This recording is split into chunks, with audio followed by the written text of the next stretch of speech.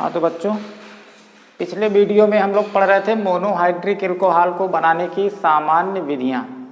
4 विधियाँ उसमें हुई थी, उसी को हमको आगे बढ़ाना है। 5वां नंबर ये है, मोनोहाइड्रिक एल्कोहल बनाने की सामान्य विधियों में प्राथमिक एमीन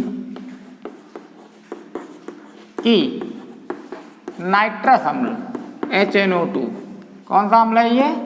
नाइट्रस अम्ल से क्रिया द्वारा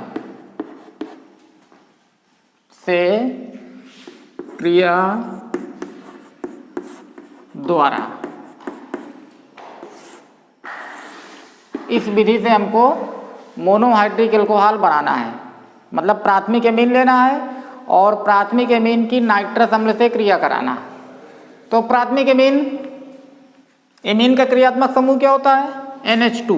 और प्राथमिक एमीन है तो उसका सामान्य सूत्र होगा RNH2 और इसकी अभिक्रिया कराना है नाइट्रस अम्ल HNO2 और यहाँ sodium nitrite NaNO2 plus HCl। अभिक्रिया जब होगी तो यहाँ पर बन जाएगा R बन जाएगा, O बन जाएगा, H बन जाएगा। तो ये बनेगा मोनोहाइड्रिक एल्कोहल ROH प्लस यहाँ से N और ये N नाइट्रोजन बन जाएगा, N2 बन जाएगा प्लस जल बन जाएगा। तो ये प्राथमिक एमीन है RNH2, नाइट्रस अम्ल से क्रिया होगी HNO2। अभिक्रिया जब होगी तो इसकी उपस्थिति में अभिक्रिया होगी सोडियम नाइट्राइट और HCl। क्यों इसकी उपस्थिति में अभिक्रिया होगी?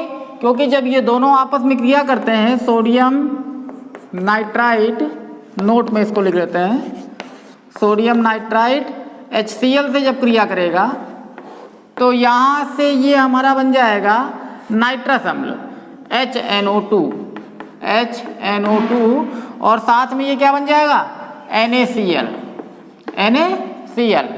अब ये जो सोडियम नाइट्राइट है ये हाइड्रोक्लोरिक अम्ल से क्रिया करेगा। जब सोडियम नाइट्राइट ने हाइड्रोक्लोरिक अम्ल से क्रिया किया और यहाँ पर क्या बनाया? नाइट्रस अम्ल बनाया।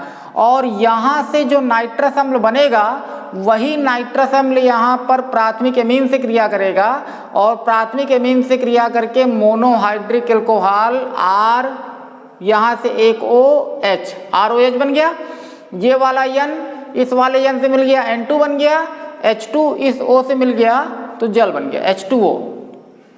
अब जैसे यहाँ पर प्राथमिक एमीन में अगर इसको हम मेथिल कर देते हैं तो अगर ये हो जाएगा CH3NH2 तो मेथिल है CH3, तो ये हो जाएगा मेथिल एमीन। और जब ये मेथिल हो जाएगा तो यहाँ पर भी ये क्या हो जाएगा? मेथिल, तो ये हो जाएगा मेथिल एल्कोहल। अगर इसको हम एथिल कर देते हैं C2H5 और NH2, जैसे यहाँ पर इसको हम कन्वर्ट करके इसको करें, अगर हम यहाँ पर इस अभिक्रिया को कि जैसे कहा जाए कि एथिल क्या होता है जब एथिल एमीन जो है जब वो नाइट्रस अम्ल से क्रिया करता है तो एथिल एमीन, तो यानी कि इस R के स्थान पे हमको क्या कर देना है? C2H5 कर देना है। C2H5 हो गया, एथिल हो गया, और एमीन NH2 हो गया, NH2, और ये नाइट्रस अम्ल HNO2 और यहाँ पर ये हो गया sodium nitrite NaNO2 plus HCl। अगर तीर के ऊपर हम इसको लिखते हैं तो हमको इस अभिक्रिया को अलग से लिखने की आवश्यकता नहीं है, लेकिन अगर तीर के ऊपर हम इसको नहीं लिखते हैं तो ये अभिक्रिया भी हमको वहाँ पर क्या करना पड़ेगा? दर्शाना पड़ेगा। तो इसीलिए यहाँ पर हमने तीर के ऊपर इसको लिख दिया ये। तो ये दोनों जब क्रिया करेंगे तो नाइट्रस अम्ल बन जाएगा और NaCl बन जाएगा, और जो नाइट्रस अम्ल बनेगा वही यहाँ पर इससे क्या करेगा? क्रिया करेगा। तो R के स्थान पर हमने क्या किया? यहाँ पर एथिल, तो एथिल है तो इस R के स्थान पर एथिल हो जाएगा, तो ये बन जाएगा C2H5OH बन जाएगा, प्लस उसी प्रकार से N2 गैस, नाइट्रोजन गैस बन जाएगी, प्लस H2O जल बन जाएगा। ठीक है, तो इस अभिक्रिया को हमको जानना कहते थे, परीक्षा में आया कई बार कि क्या होता है जब प्राथमिक एमीन नाइट्रस अम्ल से क्रिया करता है। तो ये हमको ध्यान रखना है कि जब प्राथमिक एमीन नाइट्रस अम्ल से क्रिया करेगा तो वो मोनोहाइड्रिक एल्कोहल का निर्माण करेगा। ठीक है, यानी कि प्राथमिक एमीन की जब भी नाइट्रस अम्ल से क्रिया होगी तो क्या बनेगा, मोनोहाइड्रिक एल्कोहल। ये 5वां नंबर हो गया हमारा। 6वां नंबर ये है एल्कीन। एल्कीन के जल योजन द्वारा, एल्कीन के जल योजन द्वारा। एल्कीन लेना है हमको, कोई भी एल्कीन हम लेंगे। इसमें एल्कीन का मतलब जिसमें क्रियात्मक समूह क्या हो, जिस हाइड्रोकार्बन में क्रियात्मक समूह क्या हो, डबल बॉन्ड हो, द्विबंध हो। तो जैसे ये एल्कीन हमने ले लिया CH2 डबल बॉन्ड CH2 और इसका जल योजन कराना है सल्फ्यूरिक अम्ल के साथ H2SO4। लगभग यहाँ पर 70 से 80 डिग्री सेंटीग्रेड तापमान होगा। गर्म करेंगे तो पहले योगात्मक अभिक्रिया होगी। यहाँ से एक हाइड्रोजन यहाँ जुड़ जाएगा तो ये हो जाएगा CH3। CH3 हो गया, ये हो गया CH2। अब जब एक हाइड्रोजन यहाँ से निकल गया तो यहाँ पर क्या बचा, HSO4, तो ये बन गया HSO4। अब ये हमारा कौन सा ग्रुप है, एथिल, C2H5, एथिल हो गया, हाइड्रोजन हो गया, सल्फेट हो गया। तो इसका नाम हुआ एथिल हाइड्रोजन सल्फेट, या जहाँ पर हाइड्रोजन लगेगा उसको हम बाई भी बोलते हैं। तो इसका नाम है एथिल हाइड्रोजन सल्फेट या एथिल बाई सल्फेट। ये हो गया। अब उसके बाद में ये CH3 CH2 HSO4। अब इसका हमको जल अपघटन करना है, जल से अभिक्रिया कराना है। जल का मतलब HOH, तोड़ के लिख दिया हमने, H2O को लिख दिया हमने HOH। तो यहाँ पर ये CH3 CH2 और इस वाले H को इसमें जोड़ दिया जाए तो ये H2SO4 बन जाएगा और ये वाला OH यहाँ पर ऐड हो जाएगा तो ये बन जाएगा CH3 CH2OH, ethyl alcohol. Ethyl alcohol OH कितना है, एक, तो ये भी एक मोनोहाइड्रिक एल्कोहल है। और साथ में क्या बन गया, H2SO4। तो ये अभिक्रिया हमारी है एल्कीन, ये एल्कीन हो गया। एल्कीन की पहले हम सल्फ्यूरिक अम्ल से अभिक्रिया कराएंगे 70 से 80 डिग्री सेंटीग्रेड पर।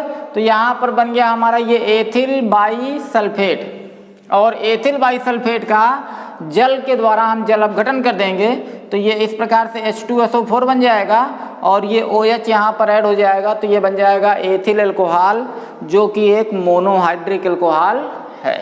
ठीक है, तो ये तो हमने पढ़ा मोनोहाइड्रिक एल्कोहल को बनाने की सामान्य विधियां।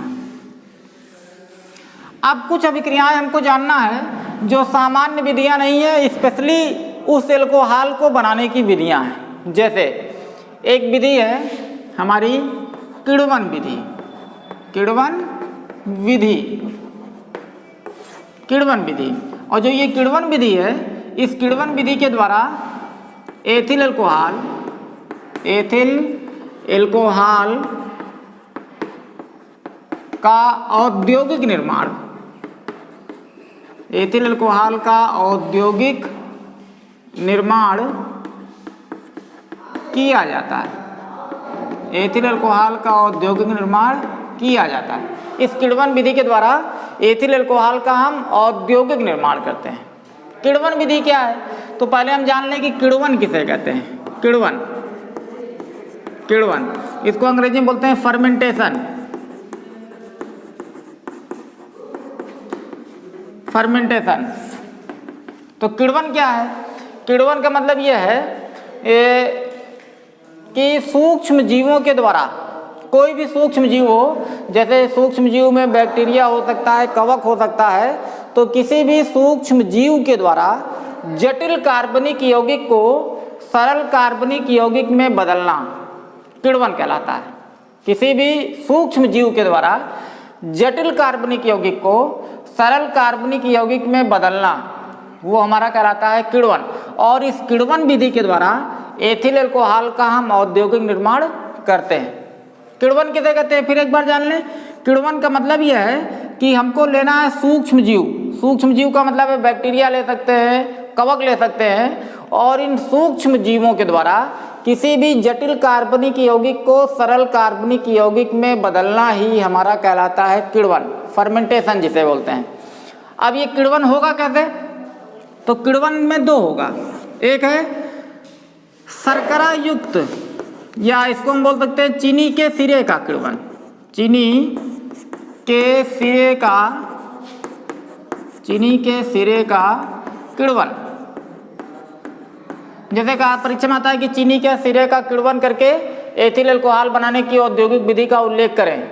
तो चीनी के सिरे का मतलब ये चीनी का मतलब है सुक्रोज। तो फार्मूला हुआ C12H22O11, डाइसैकेराइड है, ये कार्बोहाइड्रेट है। और चीनी यानी कि चीनी को हम बोलते हैं सुक्रोज, एक डाइसैकेराइड है, कार्बोहाइड्रेट है ये। और चीनी का सिरा है तो इसमें पानी मिला दिया हमने H2O, और इसमें हमने सूक्ष्म जीव मिला दिया ईस्ट। और ईस्ट में जो एंजाइम होगा वो होगा इन्वर्टेज। ये एंजाइम है, इस सूक्ष्म जीव में एंजाइम जो है वो इन्वर्टेज है, और वो इन्वर्टेज एंजाइम इसको बदल देगा ग्लूकोज में और फ्रक्टोज में, C6H12O6। ये भी कार्बोहाइड्रेट है, मोनोसैकेराइड है, ये डाइसैकेराइड है और ये मोनोसैकेराइड है। ये ग्लूकोज हो गया और प्लस C6H12O6 ये हमारा फ्रक्टोज है। ग्लूकोज और फ्रक्टोज दोनों के फार्मूले सेम लिखे हुए हैं, लेकिन ये ग्लूकोज है और ये क्या है, फ्रक्टोज है, क्योंकि इसमें जो क्रियात्मक समूह है वो एल्डिहाइड है, इसीलिए इसको एल्डोज भी बोलते हैं। और इसमें जो क्रियात्मक समूह है वो हमारा है कीटोन, इसीलिए फ्रक्टोज को हम क्या बोलते हैं, कीटोज भी बोलते हैं। तो ये दोनों एक दूसरे के क्या है, समावयवी हैं। समावयवी का मतलब ये है कि दोनों का अणु सूत्र क्या है, समान है, लेकिन दोनों का जो संरचना सूत्र होगा वो भिन्न भिन्न होगा। इसमें क्रियात्मक समूह एल्डिहाइड है, इसीलिए ग्लूकोज को एल्डोज बोला जाता है। इसमें क्रियात्मक समूह कीटोन है, इसीलिए इसको हम क्या बोलते हैं, कीटोज बोलते हैं। और इन दोनों का जो मिश्रण है, इन दोनों के मिश्रण को हम बोलते हैं इनवर्ट शर्करा। इनवर्ट शर्करा, या इसको हिंदी में बोला जाता है प्रतीप शर्करा। प्रतीप शर्करा, इन दोनों का मिश्रण है ये। अब उसके बाद में ये ग्लूकोज को हमको लेना है यहाँ से C6H12O6, और इसमें हमको फिर मिलाना है ईस्ट, और ईस्ट में जो एंजाइम कार्य करेगा वो होगा आपकी बार जाइमेज। सूक्ष्म जीव में कई एंजाइम होते हैं, तो ये जाइमेज एंजाइम है, और ये जाइमेज एंजाइम इसको बदल देगा एथिल अल्कोहल में C2H5OH के 2 अणु बन जाएंगे, प्लस यहाँ से बन जाएगा कार्बन डाइऑक्साइड। तो यहाँ पर हमने क्या किया, ये चीनी है, चीनी का सिरा लिया हमने, और इस चीनी के सिरे में, चीनी का मतलब सुक्रोज, केन शुगर जो गन्ने से प्राप्त होती है, और सुक्रोज है ये एक कार्बोहाइड्रेट है, डाइसैकेराइड कार्बोहाइड्रेट है, और ये चीनी का सिरा है। इस चीनी के सिरे में हमने सूक्ष्म जीव मिलाया ईस्ट, जो कि एक कवक है, और इसमें जो एंजाइम है इन्वर्टेज, वो इन्वर्टेज एंजाइम इस सुक्रोज को बदल देगा ग्लूकोज और फ्रक्टोज में। इन दोनों का मिश्रण बनेगा, इसको बोलते हैं इनवर्ट शर्करा, या इसको बोलते हैं हम प्रतीप शर्करा। अब उसके बाद में जो ग्लूकोज है उसमें हमको उसको अलग करना है, ग्लूकोज में हमको फिर ईस्ट मिलाना है, और ईस्ट में जो एंजाइम की कार्य करेगा उसको क्या बोलेंगे, जाइमेज। और वो जाइमेज एंजाइम इसको बदल देगा एथिल अल्कोहल में और कार्बन डाइऑक्साइड में। तो ये चीनी के सिरे का किण्वन है, और चीनी के सिरे का किण्वन करके हमने यहाँ पर क्या बनाया, एथिल अल्कोहल बनाया। तो जैसे परीक्षा में आता है कि चीनी के सिरे के किण्वन द्वारा एथिल अल्कोहल बनाने की औद्योगिक विधि का उल्लेख करें, तो ये हमको देना है। अब किण्वन हमको करना है स्टार्च युक्त पदार्थों का, स्टार्च युक्त पदार्थों का किण्वन, स्टार्च युक्त पदार्थों का किण्वन। अब जो ये स्टार्च है ये भी एक हमारा कार्बोहाइड्रेट है, और ये पॉलीसैकेराइड कार्बोहाइड्रेट है। पॉलीसैकेराइड कार्बोहाइड्रेट में मोनोसैकेराइड होता है, डाइसैकेराइड होता है और पॉलीसैकेराइड होता है। तो ऐसे पदार्थ हमको लेना है जिसमें स्टार्च हो, और स्टार्च युक्त पदार्थों का किण्वन करना है, और किण्वन करके हमको क्या बनाना है, एथिल अल्कोहल बनाना है। तो स्टार्च का सूत्र क्या होगा, ये है C6H10O5 का होल N, ये हो गया। इसके 2 अणु लेना है, और जल मिलाना है इसमें H2O, इसके भी अणुओं की संख्या निश्चित नहीं होगी, कुछ भी हो सकती है।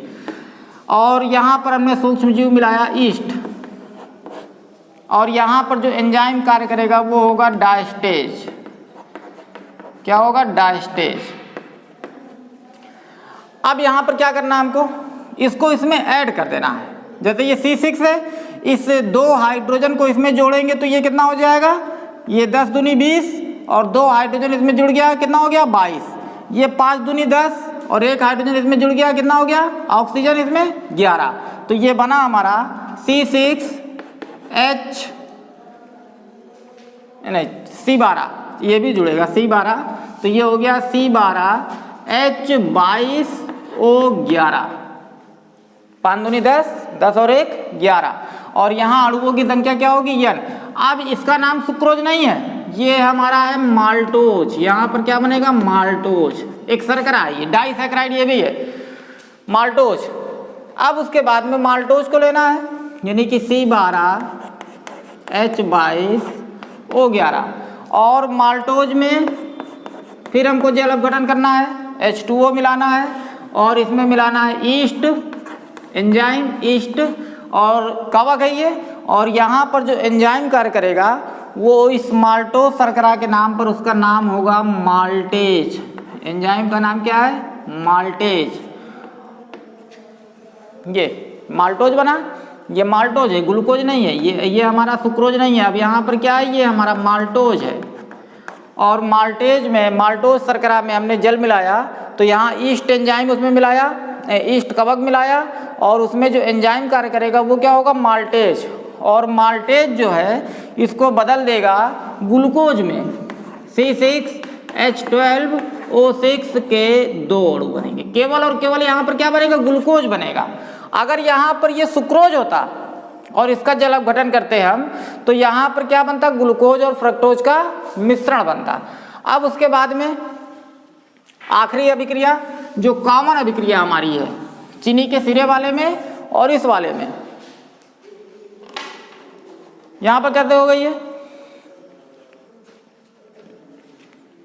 इसको लिख लेते हैं हम C6H12O6 और यहां पर हमने मिलाया ईस्ट और एंजाइम हमारा होगा भाई जाइमेज और ये इसको बदल देगा आप हमारा C2H5OH के 2 अणु प्लस कार्बन डाइऑक्साइड।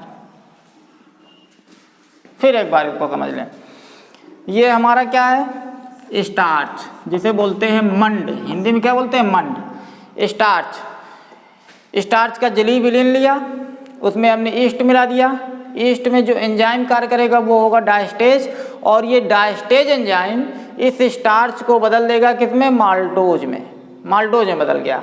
फिर माल्टोज हमने ले लिया, माल्टोज का जलीय विलयन, पानी मिला दिया उसमें जलीय विलयन, उसमें ईस्ट मिला दिया हमने कवक और इस कवक में जो एंजाइम होगा माल्टेज, वो माल्टेज एंजाइम इस माल्टोज को बदल देगा किसमें, ग्लूकोज में बदल देगा। ग्लूकोज के कितने अणु बनेंगे, 2। अब ये ग्लूकोज में फिर हमने ईस्ट मिला दिया और इसमें जाइमेज एंजाइम कार्य करेगा और ये जाइमेज एंजाइम इसको बदल देगा एथिल अल्कोहल में और कार्बन डाइऑक्साइड में। ये वाली अभिक्रिया जो है वो चीनी के सिरे का किण्वन और स्टार्च युक्त पदार्थों का किण्वन, उसमें ये कॉमन है। ये वाली अभिक्रिया भी हमको लग सकता है कॉमन है, लेकिन वहाँ पर ये क्या था, सुक्रोज था और यहाँ पर ये क्या है, माल्टोज है। अगर ये माल्टोज होगा तो यहाँ पर जो एंजाइम होगा वो माल्टेज होगा और इसको बदलेगा केवल और केवल किसमें, ग्लूकोज में। और अगर यहाँ पर ये सुक्रोज होगा C12H22O11 तो यहाँ पर जो एंजाइम होगा वो हमारा कौन सा होगा, इन्वर्टेज। और इन्वर्टेज एंजाइम इसको बदलेगा किसमें, ग्लूकोज और फ्रक्टोज के मिश्रण में, जिसे क्या बोलेंगे, इन्वर्ट शर्करा। तो इसको भी हमको ध्यान देना है। तो ये अभिक्रिया में हमारी हो गई मोनोहाइड्रिक एल्कोहल को बनाने की सामान्य विधियाँ। तो आज के वीडियो में इतना ही पर्याप्त है, इसको अभ्यास करिए आप लोग।